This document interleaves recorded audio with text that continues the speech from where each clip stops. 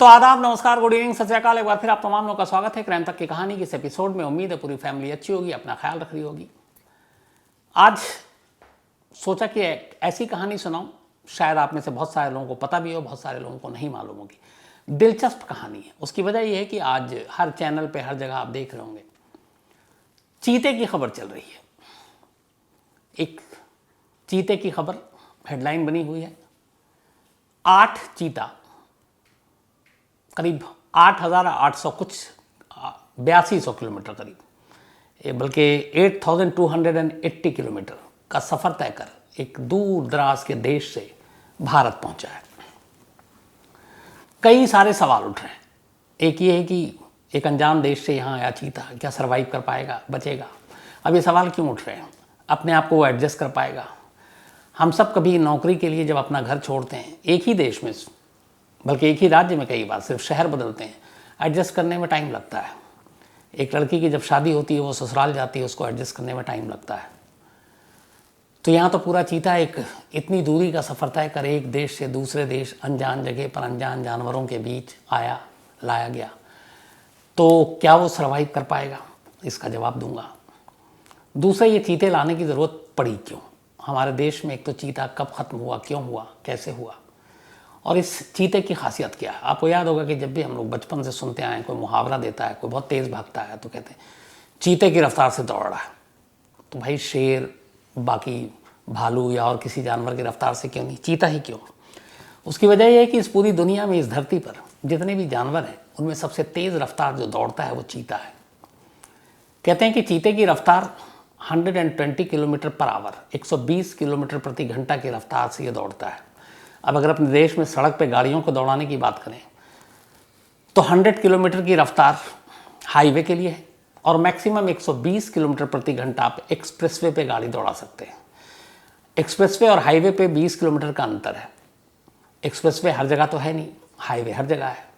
अब हाईवे पे 100 और एक्सप्रेसवे पे 120 क्यों? उसकी वजह यह है कि एक्सप्रेसवे पे कोई और रास्ता नहीं मिलता है, आप सीधे सीधे जा रहे होते हैं, और जहाँ से एक्सप्रेसवे कोई स्टेशन आता है तो पहले से कट होता है, आप नीचे उतरते हैं। लेकिन हाईवे से बहुत सारे रास्ते जुड़ते हैं। आप किसी एक शहर, कस्बे से गुजर रहे हो तो दाएं बाएं से कई रास्ते अगर हाईवे में मिलते हैं तो वो थोड़ा सा सेफ नहीं होता। लेकिन एक्सप्रेसवे एक तो ऊंचाई पर होता है, दोनों तरफ बाड़ या फिर ब्रिज टाइप का बना देते हैं। एक्सप्रेसवे पे कोई दाएं बाएं से कभी आ नहीं सकता है, तो इसीलिए एक्सप्रेसवे खुला होता है तो वहाँ पे मैक्सिमम स्पीड 120 किलोमीटर है और हाईवे पे 100 किलोमीटर।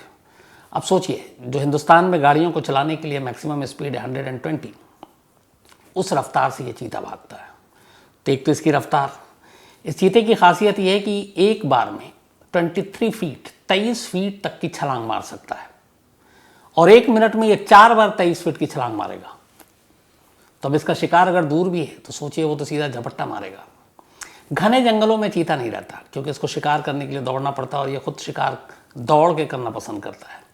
लेकिन इस चीते की खासियत भी है कि रफ्तार 120 किलोमीटर है, लेकिन ये 1 मिनट में मैक्सिमम 120 किलोमीटर दौड़ सकता है, इससे ज़्यादा नहीं, क्योंकि इतनी तेज़ी से दौड़ने में शरीर का तापमान, टेम्परेचर बदलता है। और कहते हैं कि अगर बहुत तेज़ दौड़ते हैं तो उसका असर दिमाग पर होता है, तो चीते का दिमाग गर्म हो जाता है और इसीलिए वो 1 मिनट तक, अगर किसी शिकार पर नज़र पड़ी, वो उसका पीछा करता है तो मैक्सिमम वो 1 मिनट तक उस रफ्तार में दौड़ेगा। 1 मिनट के बाद वो रुक जाएगा, चाहे फिर शिकार हाथ आए या ना आए, लेकिन वो उसका पीछा नहीं करेगा। उसकी वजह है कि फिर उसका दिमाग गर्म हो जाता है और इससे ज़्यादा वो दौड़ नहीं सकता। तो ये चीते की खासियत है। इसके अलावा आमतौर पे जो चीता शिकार करता है वो 50 से 60 या 40 to 60 के बीच में वजन का जो जानवर होता है उसका शिकार करता है। अब ऐसे ही चीते को भारत में लाने की ज़रूरत क्यों पड़ी? तो इसलिए पड़ी कि एक दौर था जब भारत में बहुत चीता हुआ करते थे। कहते हैं कि बाकायदा, तो ये रिकॉर्ड पे है, एक बॉम्बे नेचुरल हिस्ट्री सोसाइटी के जनरल में भी छपा है कि आज से 100-2 साल, 300 साल पहले भारत में सैकड़ों चीता हुआ करते थे। बल्कि जब मुग़लों का राज था तो अकबर ने भारत में करीब 1000 चीते रखवाए थे, मंगवाए थे, और यहाँ 1000 चीते थे, बल्कि कहते हैं कुछ लोग उससे भी ज़्यादा थे। चीतों की तादाद रही, लेकिन फिर ये है कि धीरे धीरे जंगल कम होते गए, जानवर कम होते गए, लोग, आबादी जंगलों के करीब जाती गई, चीता को उसके हिसाब से खाना नहीं मिल रहा था। और धीरे धीरे वो लुप्त होता गया। कहते हैं जिस दिन देश आज़ाद हुआ था 1947 में, उसी साल आखिरी चीता की हिंदुस्तान में मौत हो गई थी और 1952 में फिर चीता को विलुप्त प्राणी घोषित कर दिया गया। मतलब वो जिसका अब कुछ बचा ही नहीं है। 1947 में आखिरी और 1952 में विलुप्त। आखिरी चीते की भी कहानी बड़ी इंटरेस्टिंग है कि भारत में आखिरी 3 चीता था, लेकिन इस आखिरी 3 चीते का शिकार कर दिया गया। आपको याद होगा राजा रजवाड़ों के दौर में महाराजाओं राजाओं उनके राजकुमारों को बड़ा शौक था, हाथी घोड़े ऊंट पर बैठकर शिकार करने जाते थे। तो कहते हैं कि भारत में जो आखिरी 3 चीता जिंदा बचा था, उसका शिकार छत्तीसगढ़ के उस वक्त के महाराज हुआ करते थे, जिनका नाम था महाराजा रामानुज प्रताप सिंह देव। इन्होंने 1947 में 3 चीता का शिकार किया था और तीनों को मार डाला, और ये आखिरी 3 चीता था इस देश में। इसके बाद चीता खत्म और चीता को विलुप्त करार दिया गया।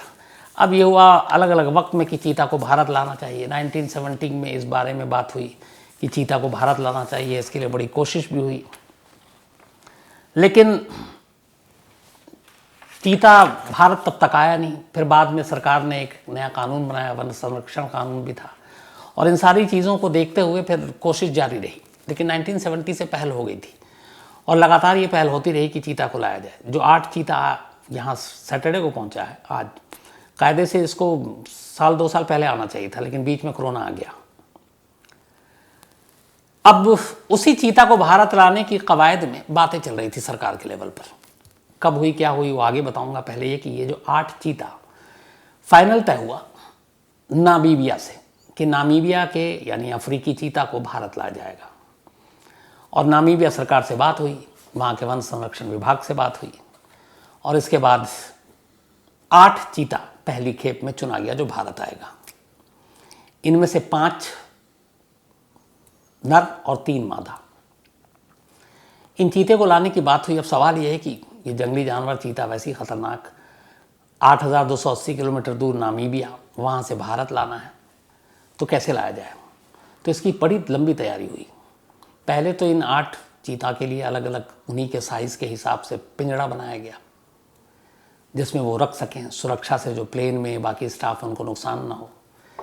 तो उससे पिंजरे को अलग अलग 114 सेंटीमीटर इंटू 118 सेंटीमीटर के साइज़ के अलग अलग पिंजरे बनाए गए उनके माप के हिसाब से। फिर टेम्परेचर, तापमान, ये सारी चीज़ें देखी गई। उसके बाद ख़ास तौर पर जो एक प्लेन स्पेशल बोइंग 747 उसका तैयार किया गया कि उसमें पिंजरे कैसे रखेंगे और वो कैसे उड़ेगा। सब कुछ होने के बाद कि इस जहाज़ में आज 8 चीता भारत लाया जाएगा। अब ये हुआ कि कहाँ से कहाँ पहुँचेगा। तो नामीबिया की कैपिटल जो है, राजधानी है वहाँ का होसिया, वहाँ से इसको भारत लाया गया, और भारत में इसको मध्य प्रदेश में लाना था, क्योंकि जिस जगह ले जाना था वो मध्य प्रदेश में था।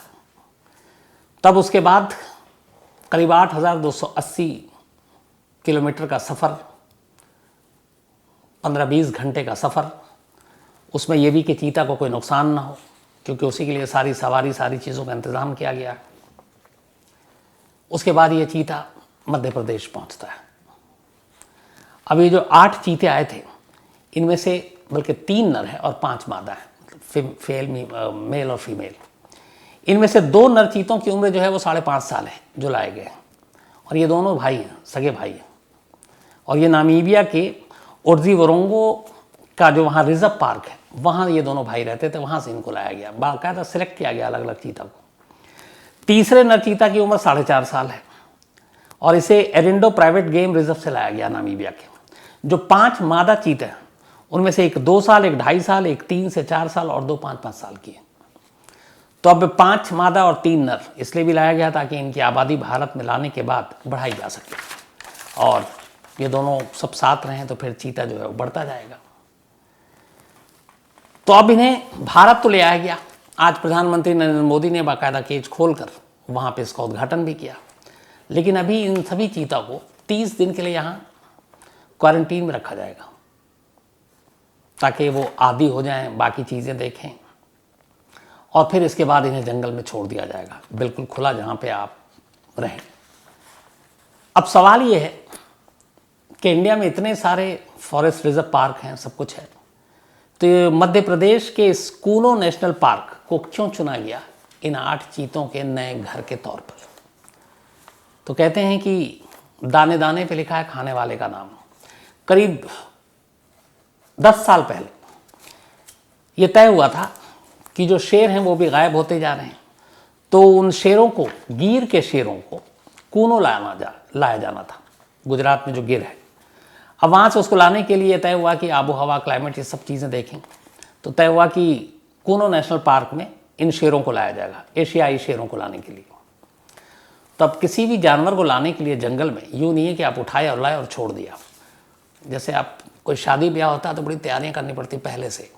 पहले रिश्ता होता है, फिर ख़रीदारी होती है, फिर दूल्हा दुल्हन की शॉपिंग होती है, फिर उसके बाद दूल्हा दुल्हन के कमरे भी सजते हैं, बारात का इंतज़ाम होता है। सेम ऐसे ही है, आप शेर और चीता को लाके जंगल में नहीं छोड़ सकते। पहले उनका पूरा जो नया घर है वो कैसा है, कितनी लंबाई चौड़ाई है, कितने किलोमीटर के दायरे में है। दूसरा, खाना क्या है। अब यहाँ तो है कि कोई फंक्शन हुआ, आपने हलवाई बुलाया, खाना बनाया, खा लिया। अब ये वो जानवर है जो खुद शिकार करते हैं, तो अगर इनका खाना नहीं होगा तो फिर तो ये भूखे मर जाएंगे। तो उनके खाने का इंतज़ाम करने में बरसों लग जाते हैं। तो हुआ ये कि इस कूनो पार्क में एशियाई शेरों के लिए खाने का इंतज़ाम किया गया था 10 साल पहले, कि एशियाई मूल के शेर यहाँ लाए जाएंगे गिर के और कूनो लाया जाएगा। लेकिन बाद में कई ऐसी सारी चीज़ें हो गई कि वो आइडिया ड्रॉप हो गया कि अब ये एशियाई शेर कूनो पार्क में, नेशनल पार्क में नहीं आ सकते। लेकिन तब तक तैयारी हो गई थी।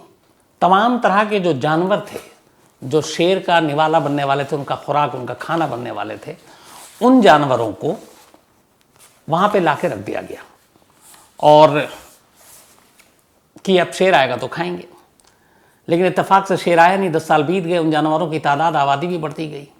अब वही निवाला, वही खुराक जो शेर के लिए था, नामीबिया से आए इन चीतों का खुराक बनेंगे और अब ये वो सारा खाना खाएंगे जो कभी शेर के लिए यहाँ पे हुआ करता था।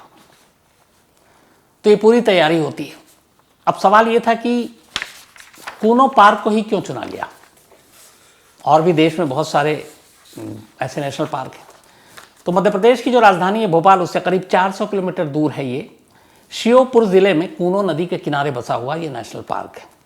और Kuno Palpur wildlife sanctuary, चीतों के रहने के हिसाब से पहले सर्वे किया गया कि उनको कैसा क्लाइमेट पसंद है, कितना बड़ा एरिया चाहिए, आसपास में आबादी तो नहीं है, मौसम कैसा होता है सबसे ज़रूरी। तो इन सारी चीज़ों को देखने के बाद ये जब तय हो गया कि नामीबिया से ये चीते आ रहे हैं, तो नामीबिया में कैसा मौसम होता है, कैसा माहौल होता है, सर्दी गर्मी बरसात कितनी है, कितने दायरे में है। तो पता चला कि इंडिया में, नामीबिया में जिन जगहों से इन 8 चीज़ों को लाया गया, उससे सबसे नज़दीकी जो क्लाइमेट है, तापमान है, बारिश है, ठंड है, वो इसी कूनो नेशनल पार्क से मिलता जुलता है। मतलब वो बेशक देश अलग होगा, घर अलग होगा, लेकिन जो मौसम और माहौल होगा वो नामीबिया जैसा होगा। और इसीलिए तय किया गया कि इन चीता को जितने भी लाए हैं यहाँ पे रखेंगे। इसके अलावा सबसे ज़रूरी चीज़ ये थी जो बताया आपको, 10 साल पहले शेर का खाना तैयार हो रहा था। अब वो सारे खाना जो है चीता को भी पसंद है। तो यहाँ पे उस वक्त जितनी भी चीज़ें थी, जैसे बाकायदा खाने के लिए लगभग सांभर, चीतल, इसके अलावा nilgai, chinkara, chousingha, black buck, grey langur, लाल मुंह वाले बंदर, शाही, भालू, सियार, लकड़बग्गे, ग्रे भेड़िए, गोल्डन सियार, बिल्लियाँ, मंगजू, बंदर, ऐसी तमाम चीज़ें जो चीते या शेर खाते हैं वो सब यहाँ पहले से थे और इनकी अच्छी खासी तादाद है। तो इन चीतों के लिए यहाँ खाने की कोई कमी नहीं होगी, ये ऑलरेडी पहले से ही इस जगह पे मौजूद है। तो ये सारी तैयारी हो गई, खाने का इंतज़ाम पहले से हो गया।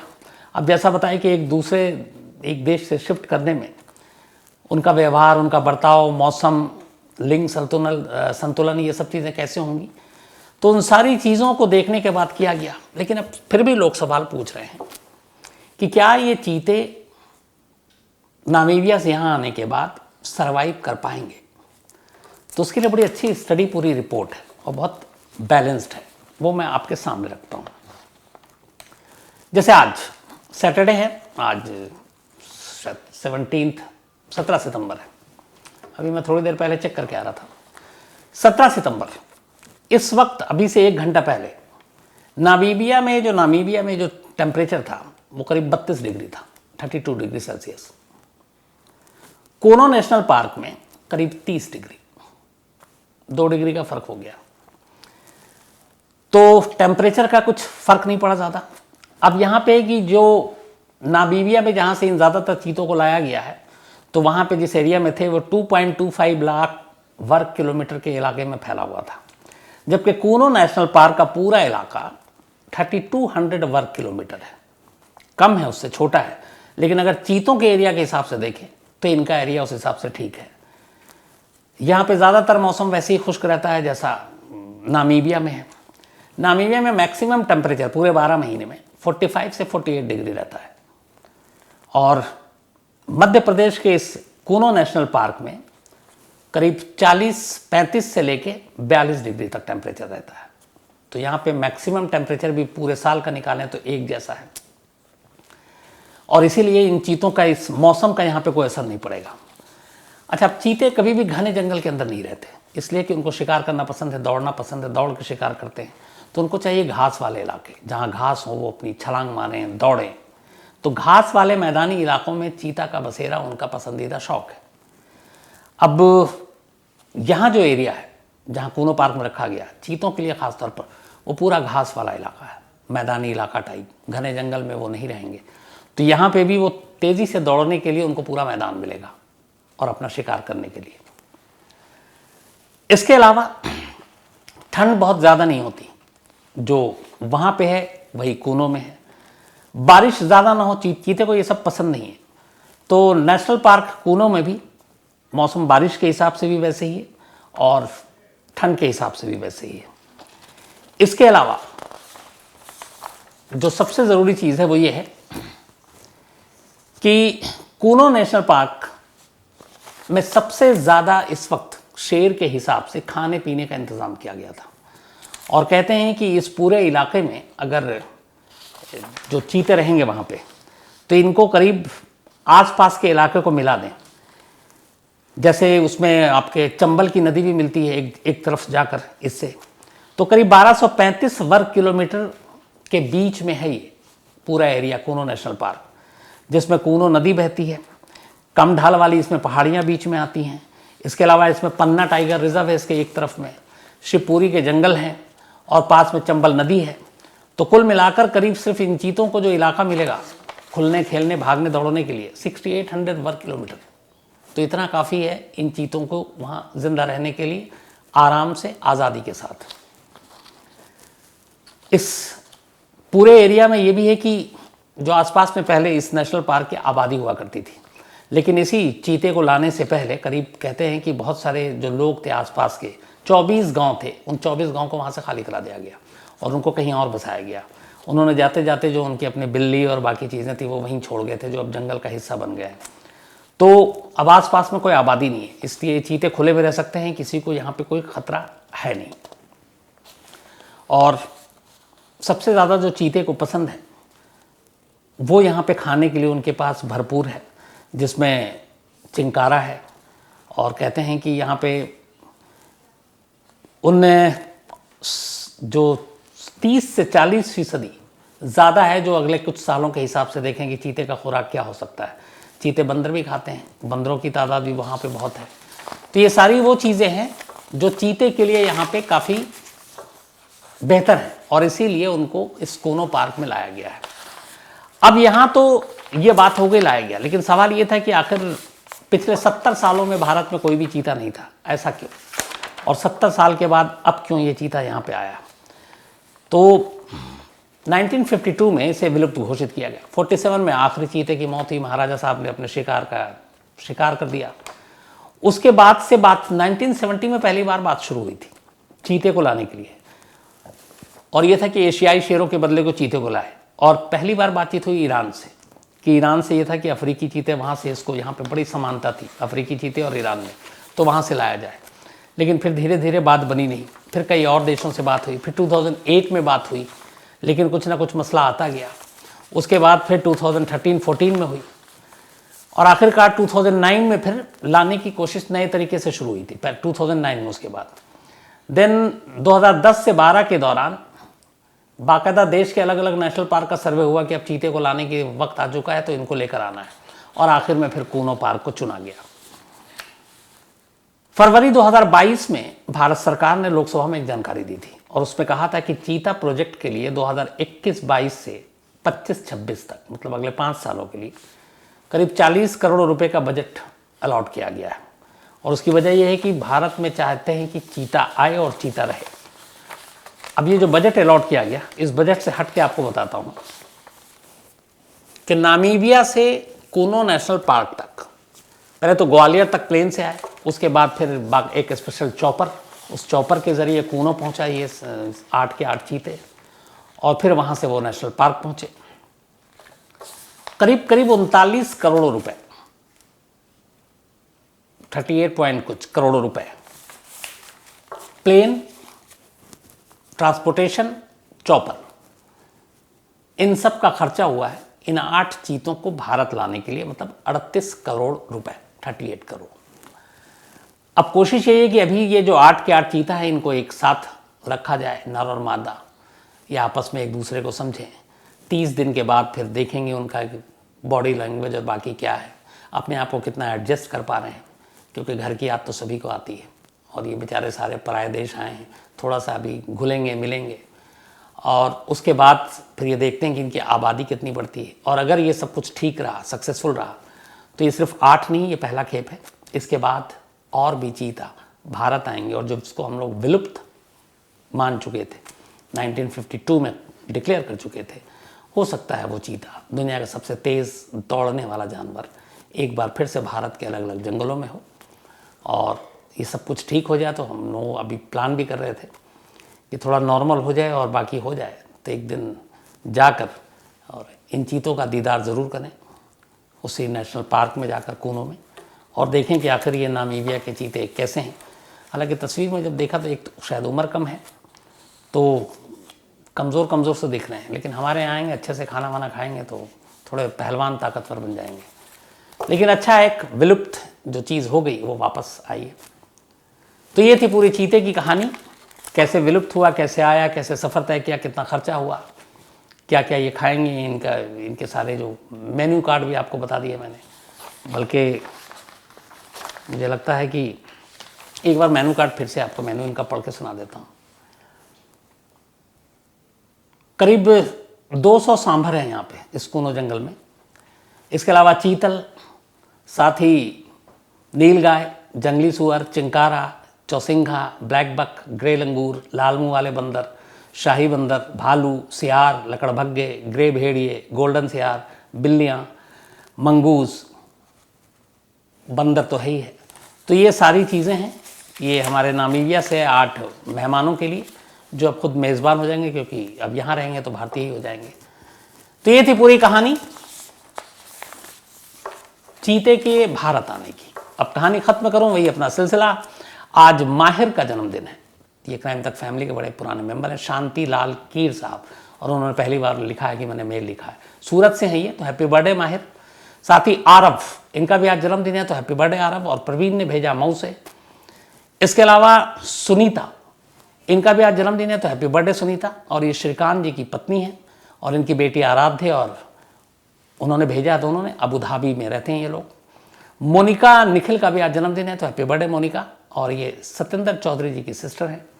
विजय कुमार चौधरी का भी आज जन्मदिन है, तो हैप्पी बर्थडे विजय साहब। और ये शशि शेखर इन्होंने भेजा है। साथ ही संजू चौधरी का भी आज जन्मदिन है, हैप्पी बर्थडे संजू जी। और ये सोनू चौधरी जी की पत्नी है। इसके अलावा गिनी, इनका भी आज जन्मदिन है। और नितिन शर्मा ने भेजा, thank you so much Nitin. इन्होंने एक वीडियो बना डाला मेरे ऊपर 12-13 मिनट का, पता नहीं इतना टाइम कहाँ से निकाला इन्होंने, लेकिन थैंक यू, वीडियो अच्छा था। बस 1-2 जानकारी गलत थी, उसमें आपने बर्थडे 2 जनवरी का है, वो 3 जनवरी है। लेकिन आपका प्यार सर आँखों पर, थैंक यू सो मच। और नितिन शर्मा अपना एक स्टोरी टर्मिनल से कुछ चलाते हैं। तो हैप्पी बर्थडे गिनी, इनकी बिटियाँ हैं ये। और कल है जन्मदिन, मतलब संडे को। अब जितने का नाम ले रहा हूँ इन सब का कल है, क्योंकि कल कहानी होती नहीं है। इसके अलावा श्वेता गोस्वामी, इनका भी जन्मदिन है कल, तो एडवांस में happy birthday Shweta. Shubhankar Paul, इनका भी कल बर्थडे है, तो हैप्पी बर्थडे एडवांस में शुभांकर जी। और सरस्वती पॉल जी ने भेजा है, इनके पति हैं ये, कोलकाता से। आरजे राहुल, इनका भी जन्मदिन कल है, तो एडवांस में हैप्पी बर्थडे। विकास साहनी ने भेजा है। प्रवीण राजपूत का भी कल जन्मदिन है, तो हैप्पी बर्थडे प्रवीण। इसके अलावा कल बन्नी का भी जन्मदिन है, तो हैप्पी बर्थडे बन्नी, और ये शिवाजी ने भेजा है। साथ ही सूरज मुंडन, इनका भी जन्मदिन कल है, यानी 18 सितंबर को, तो हैप्पी बर्थडे सूरज। विशाल गौड़, इनका भी जन्मदिन कल है, तो हैप्पी बर्थडे विशाल, और ये नेहा के पति हैं। इसके अलावा ईशान, अयान और यूवी शर्मा जी, साथ ही लक्ष्मी शर्मा जी और श्वेता, उन्होंने भेजा है। दिनेश हैदराबाद से हैं, इन्होंने 2 सवाल पूछे हैं, फिर किसी दिन जवाब दूंगा दिनेश साहब। स्वयंशु सत्यप्रकाश एक कहानी की फरमाइश की है। कमल साहू हैं छत्तीसगढ़ से, छत्तीसगढ़ की कोई कहानी सुनना चाहते हैं। इसके अलावा अर्का पॉल है वेस्ट बंगाल से, अभी बांग्लादेश में नौकरी कर रहे हैं। और कई लोगों ने कल सवाल किए थे कि अदर्स दुनिया के अलग अलग जगह पे कोका कोला की फैक्ट्री है ये, तो लेकिन वो लीक कैसे नहीं होता।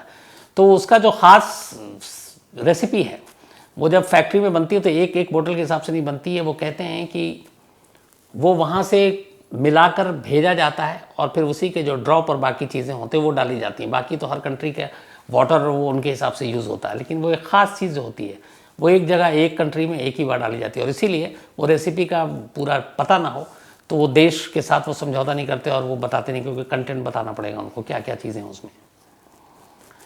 उस्मान अंसारी ने एक कहानी की फरमाइश की है। इसके अलावा महमूद अली ने भी एक कहानी की फरमाइश की है। रवि कुमार ने लिखा है कि सर जब कोई नहीं समझता है तो और इतना करो और तो दिल दुखता है। तो रवि कुमार साहब, ऐसा बिल्कुल मेरा आपका दिल दुखाने का कोई मकसद नहीं है। कई बार मेल मिस हो जाता है, पर आपसे उतना ही प्यार है। Thank you so much. इसके अलावा रोहित घावरिया जी हैं, thank you so much Rohit साहब आपका भी। सौरभ तिवारी ने कहानी की फरमाइश की और थैंक यू आपके मेल के लिए। इसके अलावा किरण कुमार सावला ने कहानी की फरमाइश की है। Ganesh Jadhav, thank you so much Ganesh साहब। अब इन्होंने कहा कई लोगों की तरह संडे भी कहानी सुनाया करें, एक दिन की छुट्टी होती है इसलिए माफ़ कर दीजिए, बख्श दीजिए। जय श्री श्रीनिवासन यूएस से हैं, थैंक यू सो मच जय श्री साहब, और आपके इस मेल के लिए और आपने जो कहा है जिससे हेल्प वाला जो भी इन्फो होगा मैं आपको देता हूँ जल्दी। इसके अलावा नीता मंघानी, थैंक यू सो मच आपके मेल के लिए और आपने कहानी की फरमाइश भी की है। इसके अलावा सिमिन काशिफ, ये पाकिस्तान से, उन्होंने कहा कि कहानी के टाइटल इंग्लिश में लिखा करें। मैं कई बार बोल चुका हूँ, एक बार फिर बोलूँगा, लेकिन आप तमाम लोगों के इस मेल और प्यार के लिए शुक्रिया, थैंक यू। तो कल संडे है, अब आपसे मुलाकात होगी मंडे को किसी नई कहानी के साथ। तब तक अपना ख्याल रखिएगा, थैंक यू सो मच।